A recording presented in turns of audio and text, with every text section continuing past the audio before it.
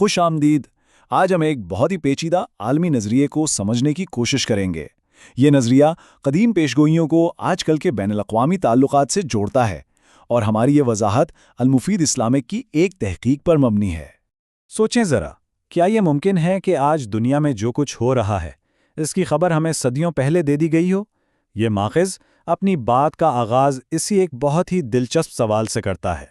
یہ وضاحت ایک ایسا خاص منظرنامہ ہمارے سامنے رکھتی ہے جہاں تاریخ، پیشگوئیاں اور موجودہ حالات سب ایک دوسرے سے گہرائی میں جڑے ہوئے نظر آتے ہیں۔ چلیں اب اس ماخذ کے مرکزی دعوے کو ذرا گہرائی میں جا کر دیکھتے ہیں۔ اس ویڈیو کا بنیادی خیال یہ ہے کہ 14 صدیاں پرانی کئی پیشگوئیاں آج ہماری آنکھوں کے سامنے پوری ہو رہی ہیں اور دنیا کی بڑی طاقتوں کے فیصلوں پر بھی اثر انداز ہو رہی ہیں۔ اچھا، اس ساری سوچ کے مرکز میں ایک ایسی دنیا کا تصور ہے جس سے صرف ایک عالمی رہنما چلا رہا ہوگا، مطلب ایک ایسا نظام جو سیاست سے لے کر مذہب تک ہر چیز کو ایک لڑی میں پرو دے گا۔ لیکن یہ رہنما کون ہوگا، اس پر رائے الگ الگ ہے۔ اس ماخذ کے مطابق یہی قدیم پیشگوئی ایک جدید جیوپولیٹیکل حکمت عملی کی بنیاد بنتی ہے۔ یہ تجزیہ کہتا ہے کہ گریٹر اسرائیل کا منصوبہ، جس کا مقصد اسرائیل کی سرحدوں کو پھیلانا اور مشرق وسطیٰ کے ایک بڑے حصے پر کنٹرول حاصل کرنا ہے، اس خطے میں جاری کشیدگی اور پالیسیوں کے پیچھے ایک بہت بڑی وجہ ہے۔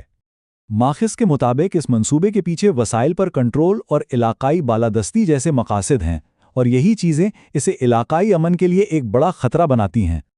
اب آگے بڑھتے ہیں اور دیکھتے ہیں کہ یہ نظریہ آج کی دنیا کو ایک ایسی شطرنج کی بساط کے طور پر کیسے دیکھتا ہے جس میں طاقتور کھلاڑی ایک دوسرے کے آمنے سامنے کھڑے ہیں۔ تو اس ماخذ کے مطابق خطے میں امریکی اور اسرائیلی عزائم کی راہ میں سب سے بڑی رکاوٹ ایران ہے۔ کیوں؟ کیونکہ ایک تو اس کی اپنی آزادانہ پالیسی ہے اور دوسرا اس کا دفاعی نظام بہت مضبوط ہے۔ ویڈیو میں ایک اہم نقطہ یہ بھی اٹھایا گیا ہے کہ ایران کی جو مضبوط پوزیشن ہے وہ پاکستان کے لیے ایک ڈھال کی طرح ہے۔ اگر ایران کمزور ہوتا ہے تو پاکستان پر دباؤ ڈالنے کا راستہ سیدھا سیدھا کھل جاتا ہے۔ اور اس نظریے کو مضبوط کرنے کے لیے ویڈیو میں امریکہ، اسرائیل اور بھارت کے بیچ بڑھتے ہوئے اتحاد کی طرف اشارہ کیا گیا ہے۔ بھارتی وزیر اعظم کا دورہ اسرائیل اس کی ایک واضح مثال کے طور پر پیش کیا جاتا ہے۔ اور یہیں سے یہ بات بالکل صاف ہو جاتی ہے کہ پاکستان اس پورے منظرنامے میں اتنا اہم کیوں ہے۔ مسلم دنیا کی واحد ایٹمی طاقت ہونا اسے ایک بہت بڑی اسٹریٹجک قوت بناتا ہے۔ اس کے بعد یہ وضاحت ان جیوپولیٹیکل تناؤ کو اس آخری جنگ کی مخصوص نشانیوں سے جوڑتی ہے جس کی پیشگوئی کی گئی ہے۔ ماخذ کے مطابق دو بڑی پیشگوئیاں تو پہلے ہی پوری ہو چکی ہیں۔ پہلی، یہودیوں کا ایک سرزمین پر اکٹھا ہونا، اور دوسری، مسجد اقصیٰ کا مسلمانوں کے کنٹرول سے نکل جانا۔ اور یہ اس بات کا اشارہ ہے کہ دنیا ایک نئے دور میں داخل ہو گئی ہے۔ یہ تجزیہ ایک ایسی آخری عالمی جنگ کی تصویر دکھاتا ہے جو کسی ایک خطے تک محدود نہیں رہے گی، بلکہ اس میں امریکہ، اسرائیل، روس اور چین جیسی بڑی عالمی طاقتیں آمنے سامنے ہوں گی۔